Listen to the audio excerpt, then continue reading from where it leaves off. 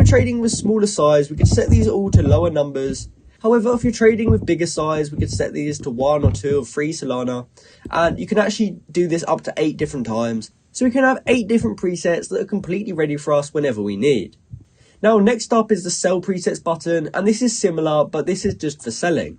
So we can choose a percentage of the amounts we want to sell. So I like to do something like 10%, 20%, 30%, and you can just keep going up and basically put this exactly how you like. So you might want to do something like this. And then whenever we need to sell, we'll have all these buttons ready for us. And from there are a few more settings at the bottom. However, these aren't really needed, and I'm just going to leave those alone. So now that we've got the bot completely set up and it's completely ready to trade, how do we trade and what's the best way to find good coins? So there is a few different tabs to find new coins. To start with, there's the Explore tab, which can either show you new pairs or trending pairs. However, there is also a section called Neo Vision, and this is personally what I use to find coins. Now, these coins all come from a website called Pump Fun, and as you can see, it's split into 3 different sections.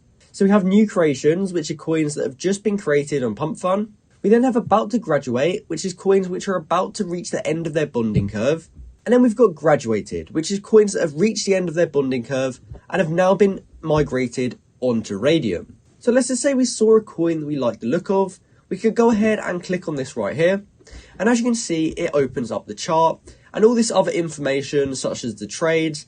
And we can also see the buy and sell interface on this right hand side here.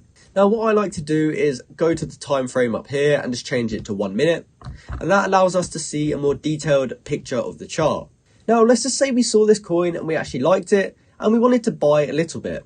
What we could do is do 0.05 for example, and I'm just going to go ahead and click buy. Now as you can see, it's executing and it has now been completed. And we can see it's been completed by this B symbol on the chart. And also we now have an average price line, which will show us exactly where we bought the coin. Now we can actually check on our position by going down to these tabs at the bottom. And we can head over to position and we can see how much we invested, how much we sold, how much is remaining, and our total profit and loss. So let's just say we didn't like this trade anymore and we wanted to exit. What we could do is switch this from buy to sell at the top. And we can now choose a percentage to sell. So you can either choose these presets or enter it in here as well. However, I'm just going to choose 100% and then I'm going to click the red sell button to sell. As you can see, it has now been sold and we can confirm that by going to history and we can now see how much we bought it for and how much we sold it for.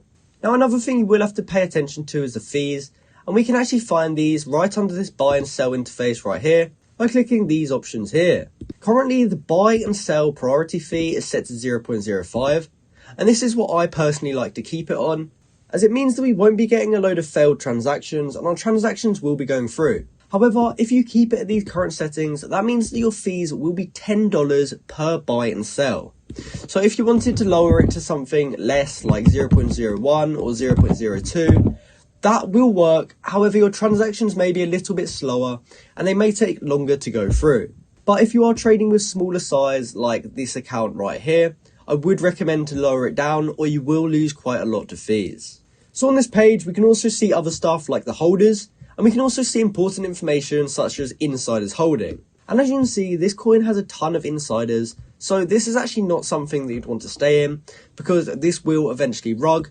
Although it is going up at the moment, eventually they will pull the rug on this and it will pretty much just drop to zero. So now onto the portfolio analyzer.